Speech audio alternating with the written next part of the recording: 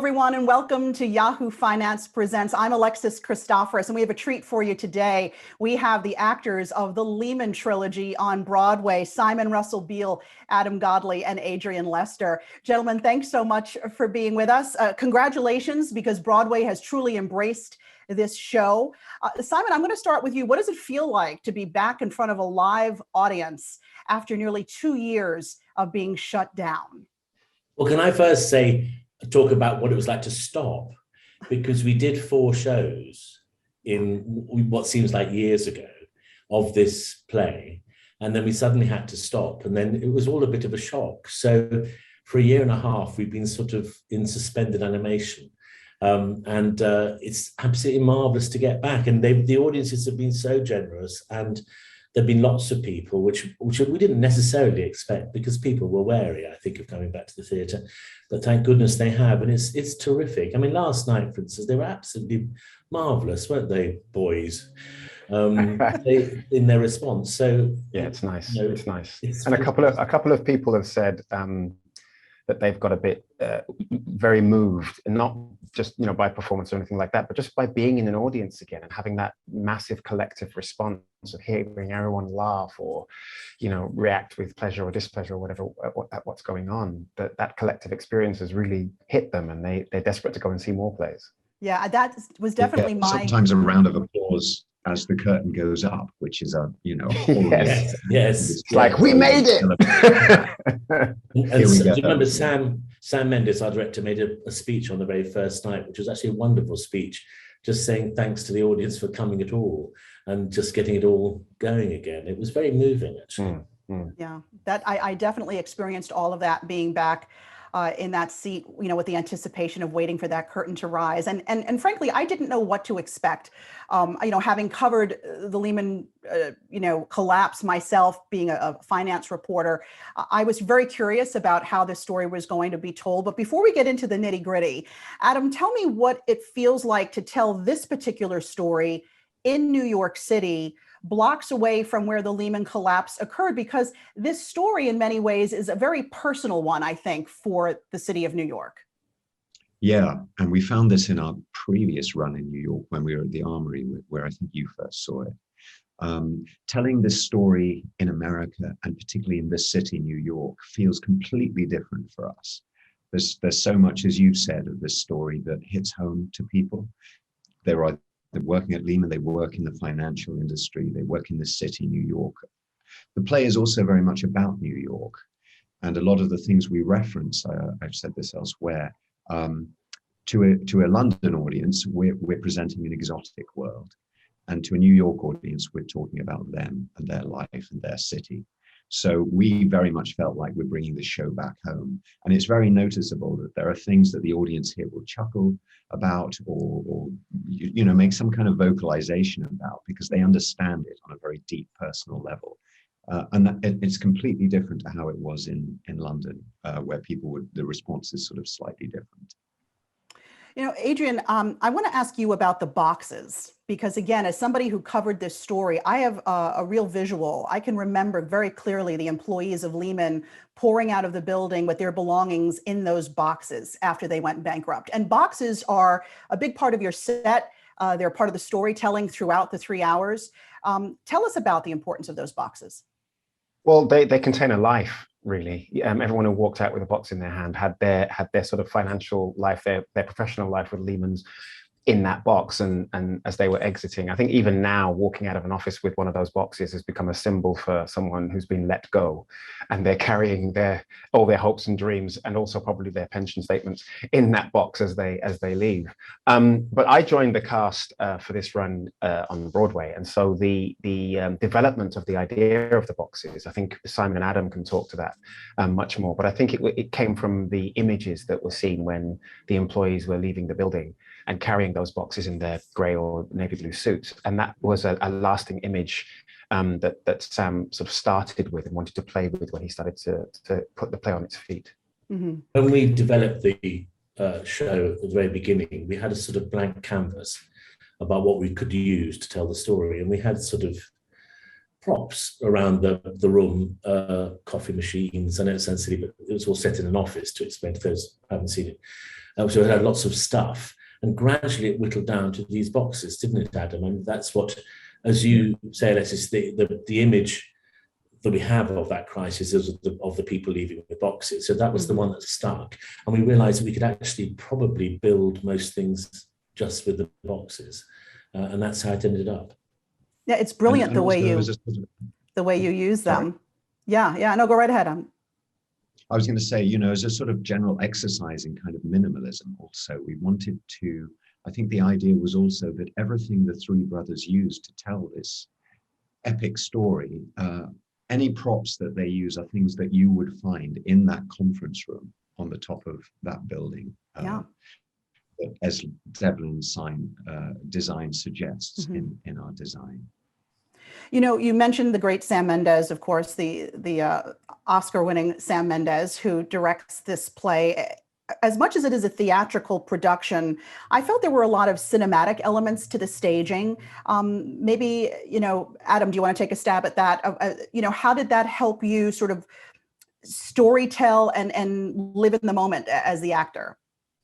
Well, as I said, we're telling a story that lasts 160 years and in some detail. And, we've got to do that with a degree of speed and to make it as entertaining and clear as possible to the audience. So we've got this huge screen that wraps around as Devlin's glass box, which is the set, this revolving glass box. And Luke Halls, who developed those projections, was able to suggest different parts of the world, different moods, all sorts of things with a kind of visual narrative that's going on at the same time as we're telling the story.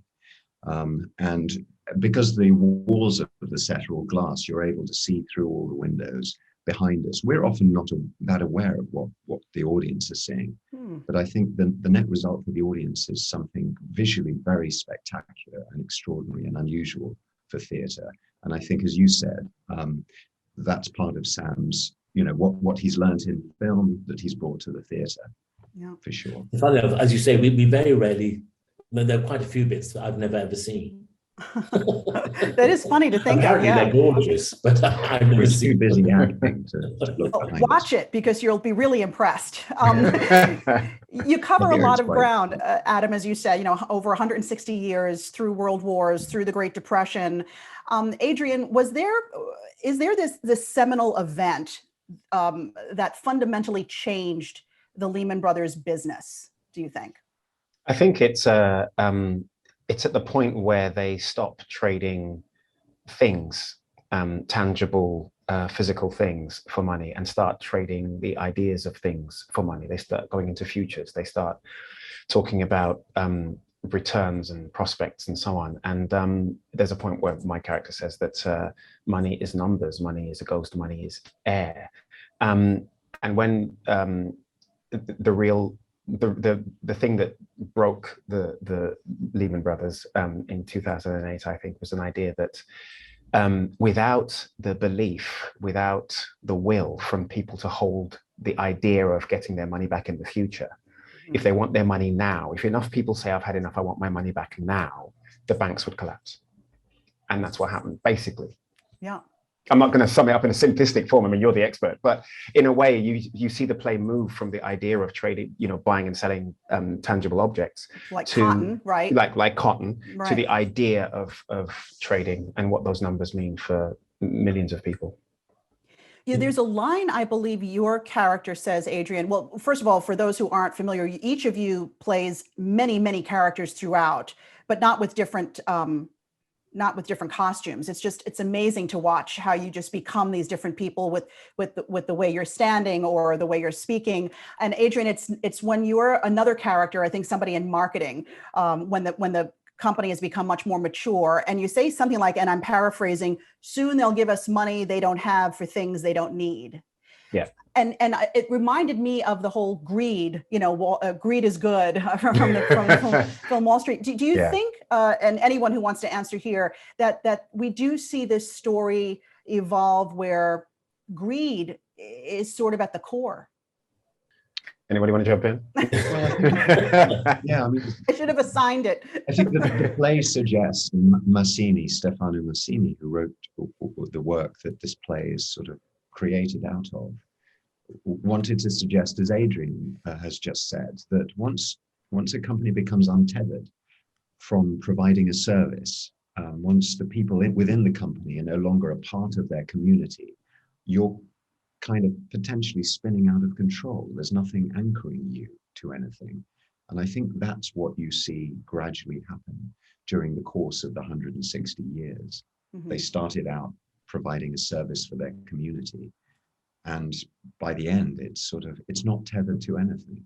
So I think that there's definitely that suggestion in there. Mm-hmm. And there's also the spiritual connection as well, which is sort of mapped out through the play.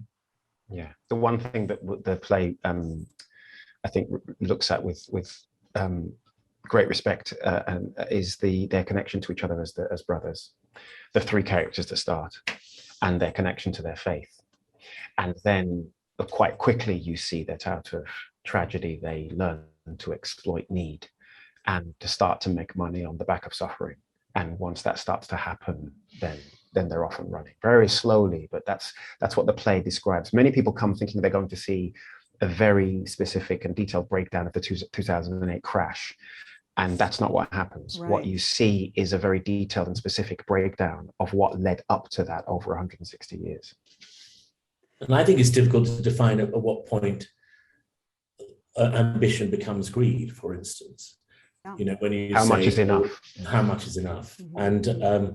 And picking up on the other thing that Adrian pointed out, which goes right from the very start of the play, this thing about belief, that a system, I'm no economic expert, but by no means, but I mean, at some point, an economic system has to rely on people's trust in its value and its workability. Yeah. And right from the very beginning, these three brothers are going around saying, believe in us, believe in us. And people do, up until the point when they don't. And then the belief goes. And that word belief, trust me, believe in it, believe in it. Yeah. And what Adrian points out about suddenly people not trusting and then wanting to sell their shares en masse is a terrible moment because the belief has gone. So it's a very intangible behavior. There's a thing of behavioral economics, isn't there? It's a very intangible moment when behavioral economics hits hard, and it's not about things that you can really work out. It's about non-specific things like belief. Mm-hmm.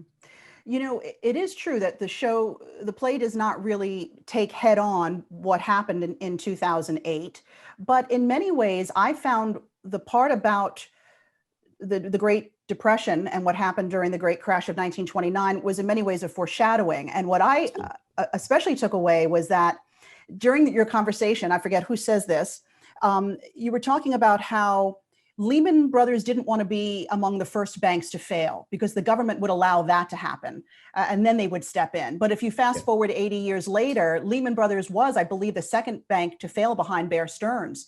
So they weren't that lucky then, right? That's something that Adam's character says, and it's an extraordinary moment when he says, let's allow some of our competitors to go, but we won't step in to save them. And I think it is you, isn't it, Adam? And it's the moment when he's talking to his father, who's I'm playing. Yeah, his father's very surprised by that, you know, that we don't step in to help. And as you say, that's exactly what happened to them in 2008. It's a mirror image of presumably what happened in 2008. Yeah, history repeating itself. I mean, it's I have to say that in the new version, we had to mention COVID. So the way we did that was to mention the flu epidemic in the Spanish. Right. And the audience definitely laughed at that. Yeah, and where exactly the same debates were happening about masks, and I believe the New York subway was closed in the early 20th century. So it's quite fun to be able to just tap that in as a it repeats itself. Yeah. And the irony was definitely not lost on the audience. The show is it's 3.5 hours with 2 intermissions. And I never once looked at my watch because I felt like I was engaged the whole time, and it really moved quite well. But another thing I did that I didn't expect to do was laugh a lot. Tell me, Adrian, the importance of humor and levity to a show like this. It's a show about a crash, really. I mean, some people will think it's just a show about a crash, but laughter, the characters that the three of us managed to find in the piece and how we bring them to life. People laugh out of recognition when, as soon as, I think the very first moment that one of the three brothers becomes someone else is when Simon becomes an owner of a plantation and then becomes a prospective wife for Adam's character. And it's just lovely to have the tension released in the audience in that way. And it's refreshing. It's like a cool drink of water for the mind. And then after that moment of release and laughter, then you re-engage with the story. And so over 3.5 hours, we use that a lot. I think we enjoy it, don't we? I mean, we enjoy the absurdity of it. I forget that I'm a rather plump 60-year-old with a beard when I'm playing an 18-year-old young girl from Alabama. In my head, that's what I am. So yeah, it works. And the audience enjoy the journey. They enjoy the fact that they're with us to play. They're three storytellers saying we're going to be many different people at many different times, and we're going to do that to tell the story. And the audience get in there with us. And it's the most powerful thing in the theatre, really, is to ask the audience to imagine, and they say okay, and then they go with you, and you're both on the journey. It's great. I know that you each play so many different characters, and in the end, people are not going to understand this unless they see the show, which they need to go do. But Adam, you basically twist yourself to death. You're all doing the twist. Is one of my favorite moments. It is phenomenal. It really is. Do you have a favorite character amongst all that you play, Adam? I love them all, and as the others have said, it's the magic of theatre, and that we get to do that live every night in front of an audience, sort of transform from men to women to children to babies to old people. It's wonderful, and it's so challenging and rewarding as an actor to do that. I think I love them all. Bobby, particularly for me, I think we see his journey. I play him from the age of 6 up until the age of 144. So, that journey I quite enjoy every night. It's exhausting, but it's incredibly rewarding to play. And so for me, it's Bobby, I would say. Some of the little ones, are great, aren't they? I mean, one of my favorites is an Irish maid who literally has 2 lines, but there's a whole history behind her. And I love her. She's tiny, but it's a great moment. I also liked your Greek diner guy. Coming from a family of Greek diner owners. Yours. I thought that was very, very good. And each of you has had such an illustrious career, an enviable career. And Adrian, I was surprised to find out this is your Broadway debut, but I have to congratulate you because you know how to pick them. What are your first impressions of Broadway? Well, I'm getting a sort of reduced Broadway experience because it's Broadway and COVID. So the life and the connection between companies and the people coming to see the show and popping around to stage door and all of that sort of the social life that goes with it, the camaraderie and everything, is being felt on faxes and texts and emails rather than in person, because we can't do that. But nevertheless, it's wonderful to be here, and I can forget I'm in a theatre doing a show with 2 great actors that I've admired for years. Don't tell them that. And doing this show with them. And then you think you're just in a theatre, but then you step out and go, oh, yeah, I'm in New York. Because you just forget. And only when I step out into the street do I go, oh, right, yeah, yellow cabs. This is great. It's wonderful. It's been great. We want to see more of you on Broadway, each of you. At the end of the day, I want to ask each of you this. What is at the core, what is this story to you? Because when I was watching, I'm going, well, it's obviously an immigrant story, but it's also a story about money. It's a story about power. So let's go around the table and start with you, Simon. What at the core does this story mean to you? I've no idea, and I'm not being evasive. I've no idea. Like you, it changes. Sometimes it's an immigrant story. Sometimes it's a story of a sort of potted history of capitalism. Sometimes it's a history of greed. Sometimes it's a history of family fidelity. I really can't put my finger on it. It's such it's an elusive thing, and I think it depends on the person you are watching it, what you take away from it. I think probably that sounds horribly evasive, but I think I'm being No, truthful. it's not, and it's honest. Adam, No. what does it mean for you? I think, it's changed over time, but I think part of it is that it tells the story of how the America that we live in now came to be. Sort of modern America. I think that's a crucial and core part of what this story is. Sort of the story of American capitalism, really. Yeah. Yeah. How why the country looks like it does, why it functions like it does, both economically and socially. And I think it attempts to have a look at how we got to that point, how we got to this point. And Adrian, for you? I'd agree with both men, actually. It is hard to define over 3.5 hours exactly what's being said, but I think what I found fascinating is that when we look at our financial institutions now and our advertising and the way the banks are structured and mortgages and loans and so on, we take that as being, that's just the truth, that's just how it is. But it's nice to go through the play and look at the moments where we could have made another choice, where they could have done something else.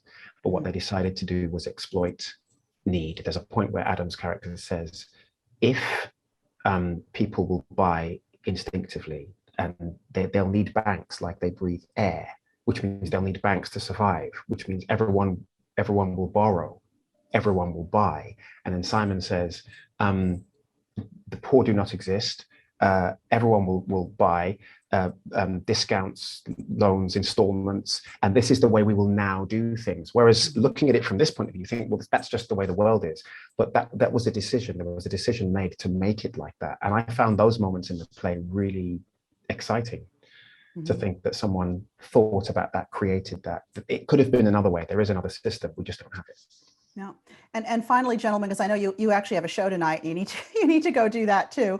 But when this was happening in real time back in 2008, I'm just curious, were any of you watching it and watching it unfold? And did you ever think there'd be a play about it and that you'd be in it?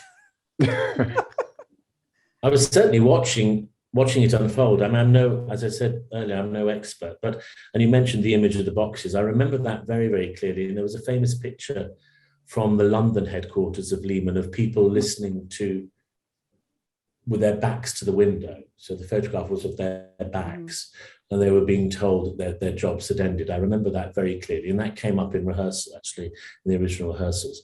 And I couldn't follow the details of the financial crash itself, but I remember it very, very clearly. Did you guys follow it, Adam, Adrian? Or was it sort of just something going on in the background at the time? For me, it was really something going on in the background, but of course the ripples and the repercussions, still feeling even through what we've all been through in the last 18 months. We didn't realize at that moment how it would change the world. Yeah, I remember trying to follow it. Like Simon says, I'm not a financially a whiz at all, but trying to follow it and thinking, what does this mean for mortgage? What does this mean for the bank that I'm with? What does this mean for savings? And so I kind of had my hand on the button thinking, where should I move things? The little money that I had made and saved as an actor, didn't want it to disappear. So I remember doing that and being wary about that. But the complexity of what happened, I couldn't really grasp. Yeah, it was tough for all of us, and I cover it, and it was. And of course, it precipitated the Great Recession, something we still refer to now. It's sort of a marker in our economic history. Before I let you go, Adrian, you just brought that up. You said about your own money. Do you guys invest? Do you invest in the stock market? No. Who said no? I don't invest. No, I don't. Some of my family do. I don't. Yeah. No. All right, we're going to get you to watch Yahoo Finance more often, and then you'll be able to make your savvy investment decisions. All right, well, gentlemen, thank you so much. It was a real pleasure. Simon Russell Beale, Adam Godley, Adrian Lester, continued success to you. Thanks for your time. Thank you. Thank you very Thanks so much. much. Thank you. Thank you. Bye-bye.